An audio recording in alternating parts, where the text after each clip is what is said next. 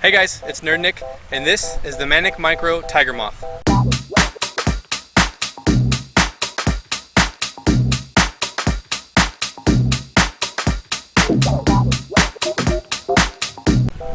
I designed this plane to be an outdoor flyer. It also can fly in a very small space. I've been flying it around my front yard and the street and everything. Works really good. You guys were asking me for something that was lightweight, that could fly really slow, that you could enjoy over the winter when the weather's not that great and you can't make it out the field. So I wanted to design this for you guys so you have something to do over the winter. So in preparation for the build, you want to make sure you have all your pieces already cut out and score cut. Everything on the left side of the screen is poster board or paper, and everything on the right hand side is foam board. Now in regards to electronics, you have two options for a battery, 180 mAh 2S and a 300 mAh 2S. I'll be using the 300 in this build. For motors, there's two that I can recommend, the NTM 1312 5-gram motor and the Hextronics 5-gram motor. I'll be using a Turnigy Plush 6-amp ESC, a 5x3 GWS prop. For servos, these are little 1.7 grams, and I have a little micro receiver I'll be using. So for your wing, we're going to go ahead and start by beveling the ailerons. You're going to be doing the bevel on the area that deflects, so we'll do this on both sides.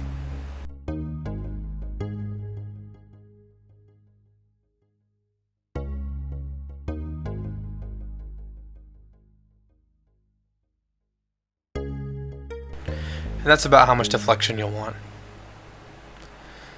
I like to clean up the gaps a little bit using a barbecue skewer here, just so that it doesn't catch as the surface deflects. Now we're going to do a very light hot glue hinge here. You see I just did 3 little drops, and then we're going to squeeze these off. Essentially we just want to make sure the aileron doesn't come apart, and we want to add as little extra weight as possible. So we'll do this on both sides. Now to get the right airflow, we need to open up these 50% score cuts, so I'm going to run my barbecue skewer just through the length of each one of these, just to really loosen them up. And we'll do this on both the bottom and top wing.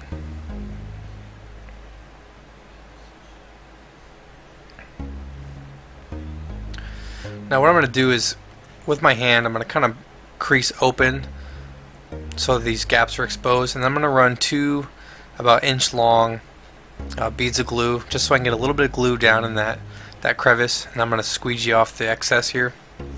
So to get the right airflow shape, we're going to take our dihedral gauge and put it just under the trailing edge and hold into place.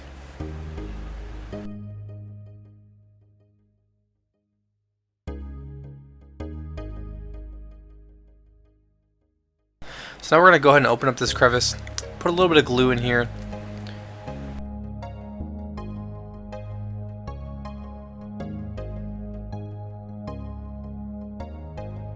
And this is going to be what holds the wing dihedral into shape. So we'll take our dihedral gauge, put it under the wingtip, and go ahead and press flat. Now you want to make sure this dries completely, so hold it for a good 5 minutes before you let go. So we're going to switch over to the bottom wing now. We're going to do the same thing. We're going to run our 2 1-inch bead of glue.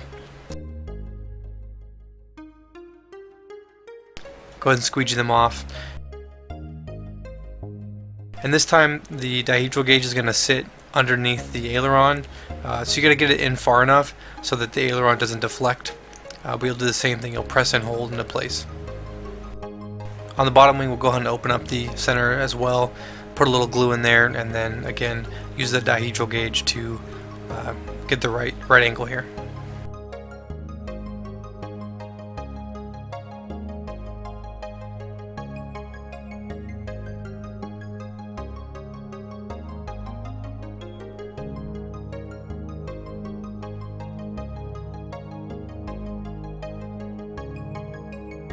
So for the fuselage, I've already gone ahead and removed the paper from the tail sections, the center, and the nose. The paper is intact on the side where the wing is, and then on the actual outside right now. This is just for strength. I haven't tried removing all the paper yet. You probably could and be okay, but I just haven't tested it. Now we're going to take this first former up here and take the paper off both sides. This piece is what gives the proper thrust angle. The pod sits up against it, as well as the fuselage sidewall, and this holds the pod in place and gives it the right angle.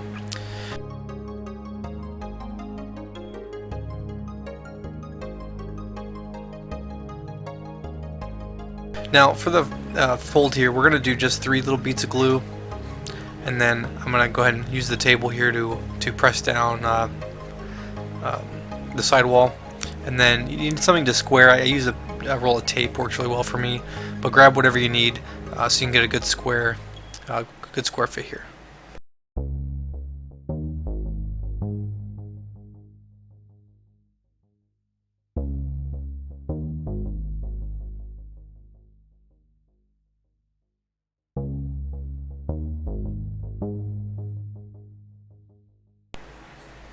We'll go ahead and close up the nose as well. Use glue as sparingly as you can. If you notice, I'll just do little dabs of glue. I won't run long beads. It's just really not necessary for strength, and it just adds extra weight, so be as sparing as you can.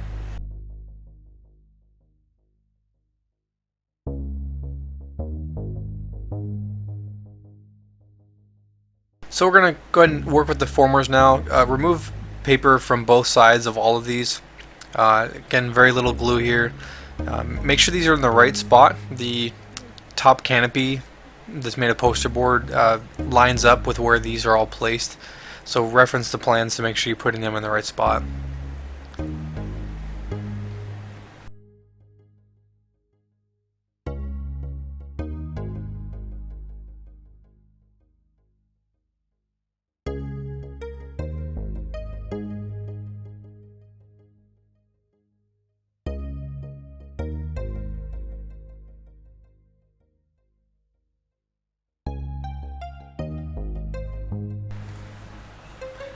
And now we'll go ahead and close up the tail section here.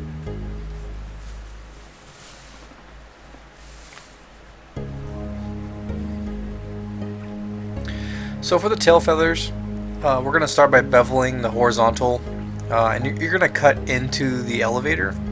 Very thin. You don't need a lot of deflection here, but go ahead and clean it up, and then we're going to do the same, really basic hot glue hinge as we did on the ailerons. And again, this is just to prevent the paper from separating. We want to use very little glue so that we're not adding a lot of extra weight.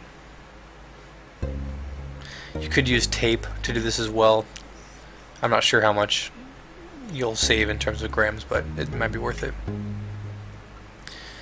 Now for the vertical stabilizer, I'm going to go ahead and open up this gap first so that I can get a proper bend, and then we're going to go ahead and do our bevel as well. And this time we're going to bevel on the non-moving surface. So it's very small, but this would just be the fixed stabilizer section instead of the deflecting area.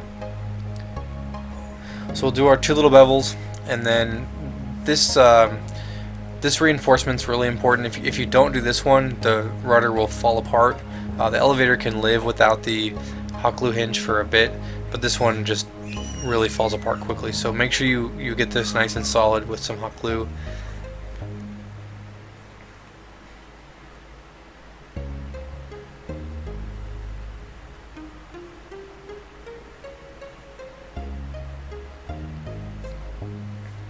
Alright, so now to attach the tail feathers together, we're going to throw a little bit of glue on the horizontal stabilizer and then just a little dab there on the notch for the vertical, and then we're going to go ahead and sink it into place.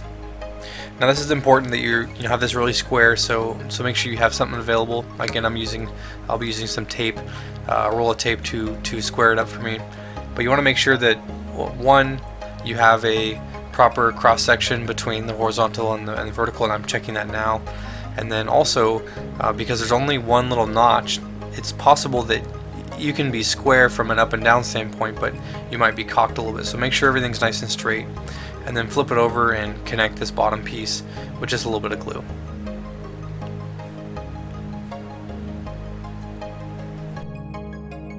Okay, so now we're going to go ahead and attach the wing, and the main airfoil shape comes from this cutout here, so we're going to line it with glue, and then we're going to go ahead and press the wing into place. Now we already kind of created the airfoil on the wingtips and the mid-wing, but this gives the much more dramatic shape for the airfoil on this bottom wing.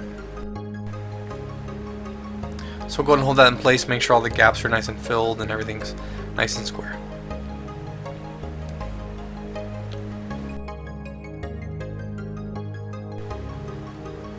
Okay, so to connect your tail feathers, they should sit into place, and what you want to do is the cutout that's in the vertical stabilizer where the elevator hinges is going to line up with the fuselage. They both have the same slanted cut.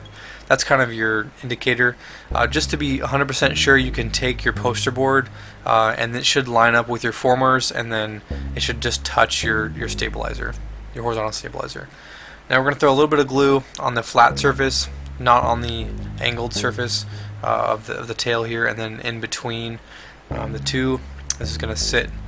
Again, the notch for the elevator to move lines up with the fuselage cuts, and then for getting this square, you want to make sure that the elevator and the wing have the same plane, and then the vertical stabilizer is shooting up directly across the fuselage. So everything needs to be squared up, otherwise you'll get some wonky flight characteristics.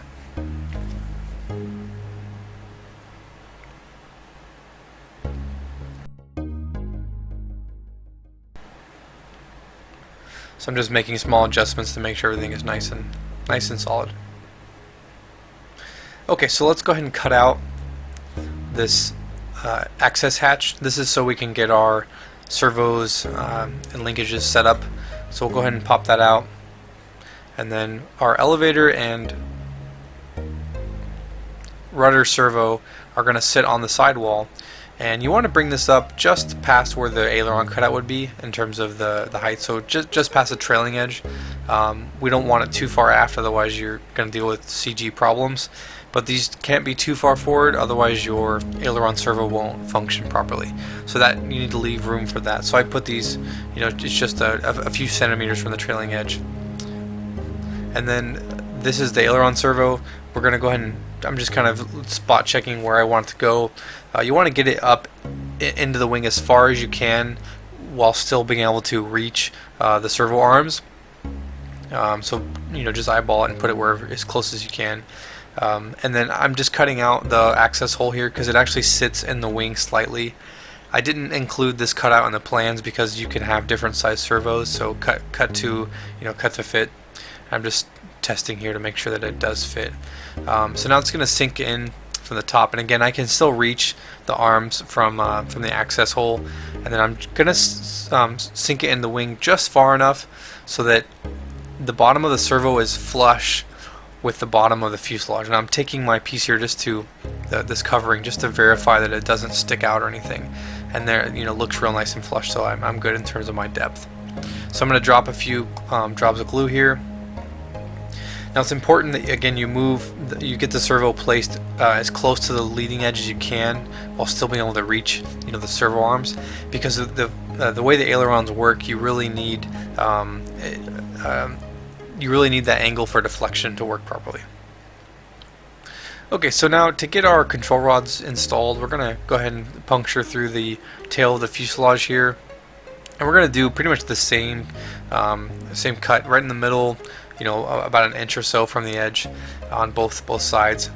And then these are my control horns. I'm using servo arms that have been cut down, so they're very small, and they work really great. They're very light, so I'm just going to go ahead and glue those into place on both the elevator and on the rudder.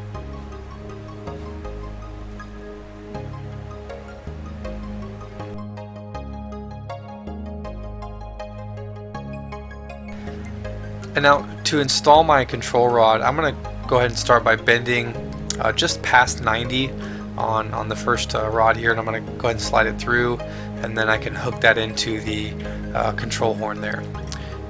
And there it is, nice little deflection. And then I'm going to go ahead and bend again just past 90 for my servo connection here, and then I'm going to put it in. You can use linkage stoppers if you want, but they're just adding extra weight. Ideally you would want to just bend to fit, get get everything centered up, and then make your rods exactly the length that you want to reduce weight. So I'm going to do the same thing on the other side here for the elevator. And again, I'm just checking deflection, looks good. We'll cut that to length and bend it in place. Now the ailerons are a little more tricky, but I'm going to do the same process, except I'm going to connect them first to the servo. So I'm going to do my just past 90 bend, and then I'm going to go ahead and fish it in and get it hooked in.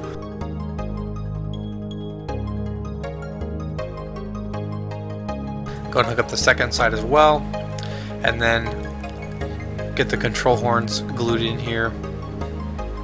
We're using the same cut down servo arms. Now just to avoid burning myself, I've connected, I'm using a pair of pliers here to set it in place, and then I'll kind of fiddle with it to get it set up right.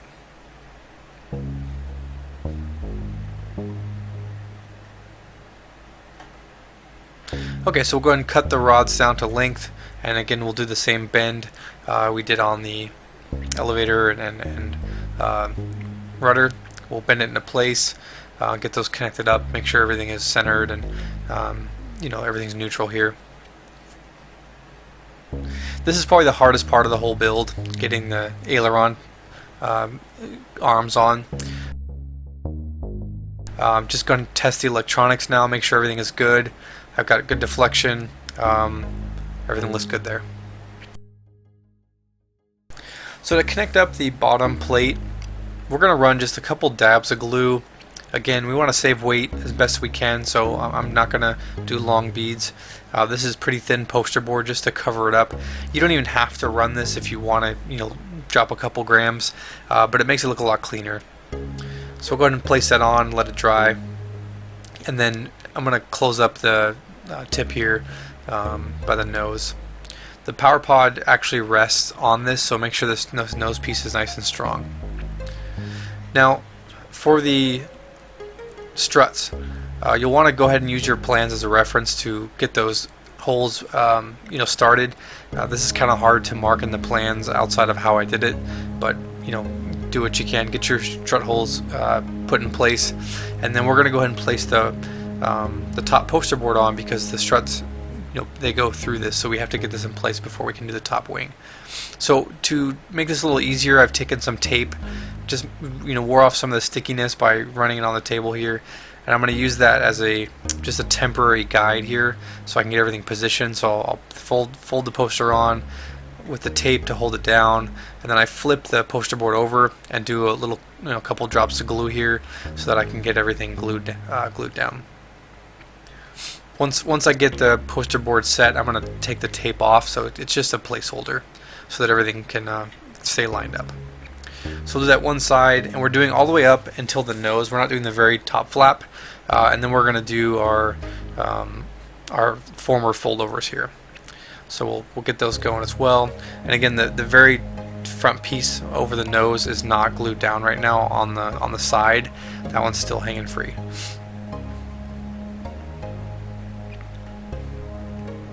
So we'll hold this in place, get it to dry, and then we'll run back with a little drop of glue every couple centimeters and get that held down. To avoid burning yourself, you can use something like a ruler to fold it over, but you know, it's not that bad. You can just run your hand pretty quick. Alright, so we'll do the center section now. Same process. We'll fold it down over, just avoid burning yourself. And then now we're going to do the front. So we'll go ahead and place one side, you know, bead of glue, let that dry, and then we'll do the other side.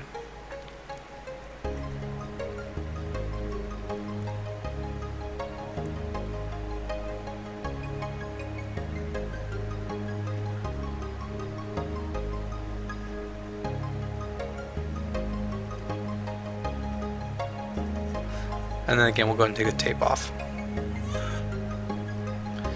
Okay, so in your plans, the poster board should already be marked, so go ahead and cut that beforehand. In this build, I didn't have them done, so if you don't cut them, you can go back and add them, no problem. So those are our strut holes we're putting in. And now for the wing itself, I'm going to go ahead and open up the bottom wing strut holes, because we do want the strut to puncture all the way through, just for ease of setting up. Ideally, you wouldn't want them showing in the bottom, but this makes it a little easier to actually build them. Alright, so we're going to start with the shortest struts. These are the S1. These go in the front section here. Now, the way that these work is you want them to be square, so they're going to stick straight up. They're not going to stick, left or right or back, so they're going to be square. And the top wing then lines up perfectly with these first struts. So if you have the struts straight out of the fuselage, the top wing should be in the correct position. So what I'm doing right now is just checking my height to make sure that the top, the very first strut is put into place while we're doing this dry fit, and it's not too high or too low. I want to check my wing struts here to make sure I have dihedral still in the wing and everything looks solid. So it looks good to me in terms of height and how far the strut 1 is embedded into the fuselage. So I'm going to drop just a bead of glue here on both of the S1 struts, and we're going to go ahead and twist them into place. Now if for some reason you don't get these level, because you do want, again, they won't need to be straight up and down, and then they need to be the same height. If for some reason one is taller than the other, you can just trim it off. So no worries, you can clip it down to size as you go along. But I want to get these level as I can, because this is what's setting the angle of attack, and this is what's setting everything about the top wing is based on these first two struts. So I'll get those two set, and then the back struts. These S2 struts are a little bit longer because they actually are not vertical. They do bend back slightly. Now how much, this is based on the top wing, so I'm gonna just bend them into place a bit here, and then I'm gonna go ahead and put my wing back on to dry fit to see how much do I actually need to get them to bend. And again, for the height here now, how much S2 needs to stick out is based on the angle of attack here of the wing now. The wing itself should be pretty much neutral.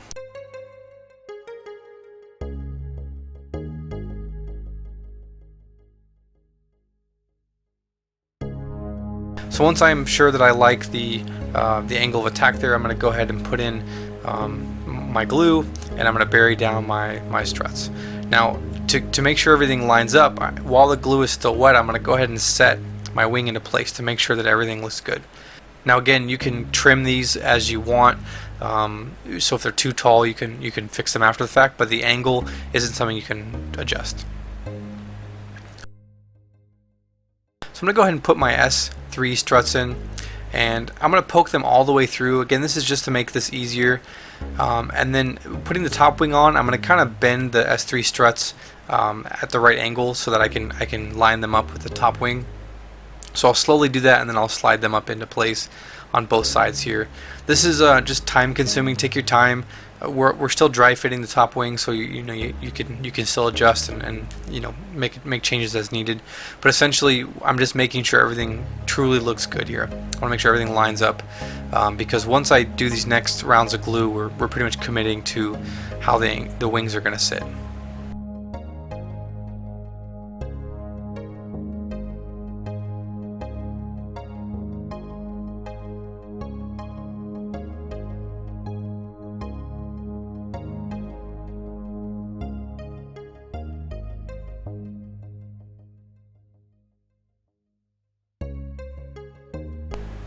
So I'm putting them into place, and I just want to make sure, again, everything still looks square. I still have dihedral on the top wing. Everything looks good. So I like how it looks. It's nice and solid there. So what I'm going to do here is I'm going to drop beads of glue on the bottom wing, and I'm just going to set the struts into place.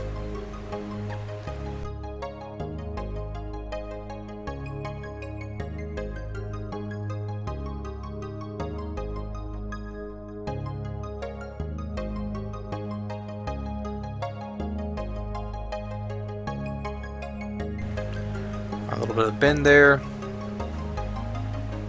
and I'm just giving it a little bit. We're gonna kind of tweak the wing and adjust it as needed. So just get a decent amount of bend based on what you saw when you did the dry fit.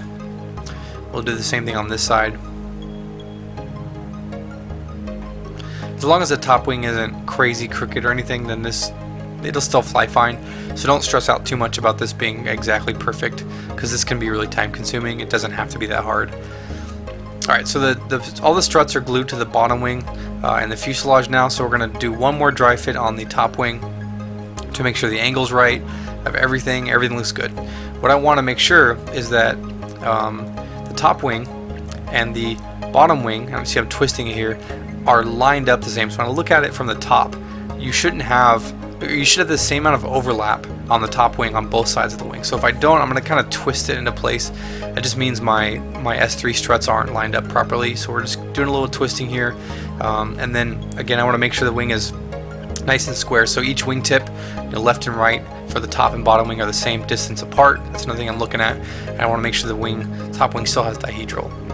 Once I'm sure everything looks good, I like how the wing looks, I'm going to go ahead and put drops of glue here on the top wing where the struts are embedded in the foam, and we're going to go ahead and use a barbecue skewer to just smooth around and close this off.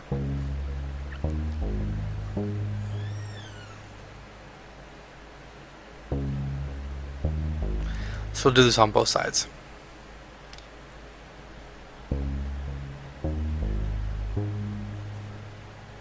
All throughout this, I'm going to be continually checking to make sure everything's square, everything's good, because this is the last chance I have to fix anything if there's any tweaking that needs to be done. But it's pretty much committed at this point. You're to the point now where you can't really make any drastic changes, so make sure everything's good before you do this last bit of glue on the top wing.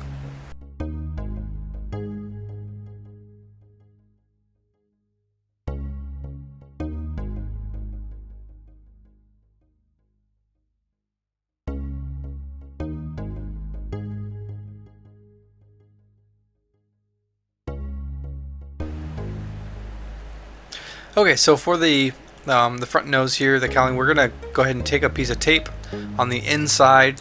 We're going to fold it around. This is pretty simple. You just close it up real nice there. You could use some glue if you want, but it's not necessary for weight. And then this just slides right over the top. There's nothing fancy about this. You don't want to glue this on because you may need to remove it to access the motor or make changes, so you can just press it into place. Maybe use a little piece of tape if you want to hold it on the bottom or something if it's moving on you. But really it's pretty simple. It gives it a little bit of scale look, and it's real easy to repair. Whenever I've crashed this plane, this is the piece that gets damaged. You can just remake it real simply. Okay, so for the top wing, there's a little on the Tiger Moth. There's a scale kind of bump here. I don't know what it is. Maybe someone can tell me in the comments. But I thought it looked really cool to add this as just a little scale touch. It does add weight, so if you are really wanting it to be super light, you can skip this whole step. But essentially, I'm gluing on these two formers, and the formers are kind of airfoil shaped. So look at the cut. The front side towards the leading edge is a little bit fatter, so it should look like an airfoil. So glue those on, and then I'm going to go ahead and take my poster board here, and we're going to first glue it to the front of the leading edge on the top wing, just so that piece is tacked down. So I'm going to hold it in place while this glue dries. And then we're going to go ahead and lift that up, and then do a couple drops of glue across the formers here to make sure that poster board stays down.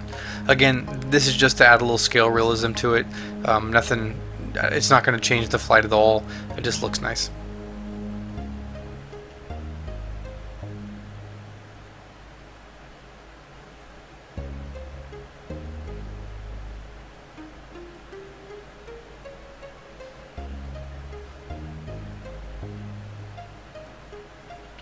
Okay, so for our power pod, we're going to go ahead and take both layers of our poster board, and we're going to do a couple dabs of glue here, and then go ahead and sandwich these together. While it's drying, I'm going to do my folds. I've already pre-folded them on the crease marks, but I'm going to go ahead and now hold it into place while it dries. If you try to fold it afterwards, it's a little harder, so we'll do it beforehand. And then just like the normal power pod, we're going to throw a bead of glue around the front edge here, and then glue on the firewall. This firewall is made of a gift card. You could use even a piece of foam if you wanted. It doesn't really matter. I like the gift card because I can thread the screws in, and it's really easy to use.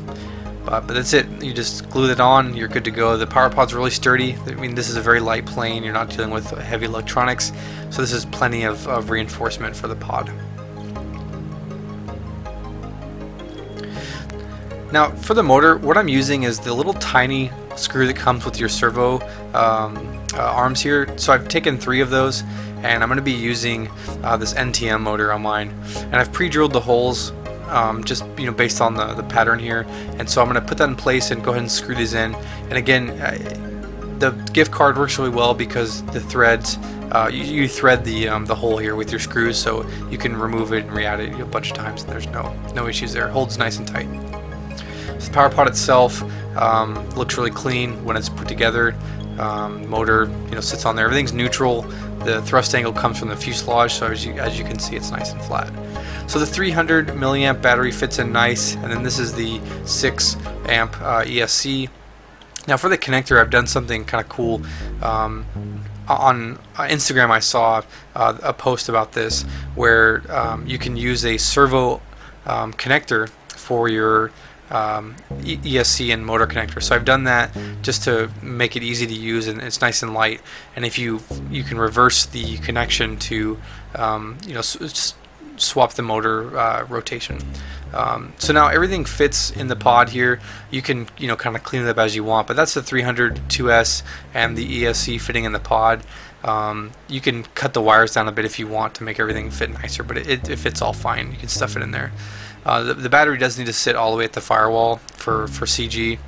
But then here's the pod kind of fitting in, and again the pod runs against the left fuselage sidewall, and then that former we glued in is what holds the pod into place. Now to actually keep the pod in the plane, you can do 2 things. One, you can run a skewer through it, or like a toothpick, just to hold the pod in. I don't want to see anything on mine, so what I'm doing is I'm running a little bit of tape just where the cowling's going to cover, so you won't see this tape when the plane's put together.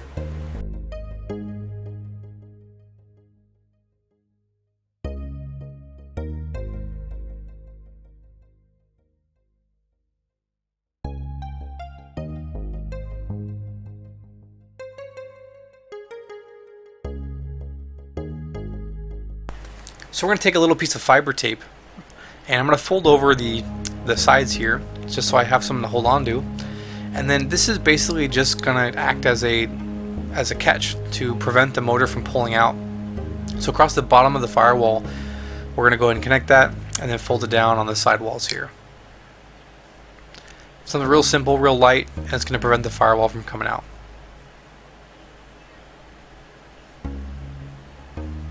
The cowling goes over, and again it covers up the tape. You can't even see it's there. And there's your completed Manic Micro Tiger Moth. Thanks so much for going through the build with me. If you do complete one, please post some photos or video. I'd love to check it out. And until next time, have a good one.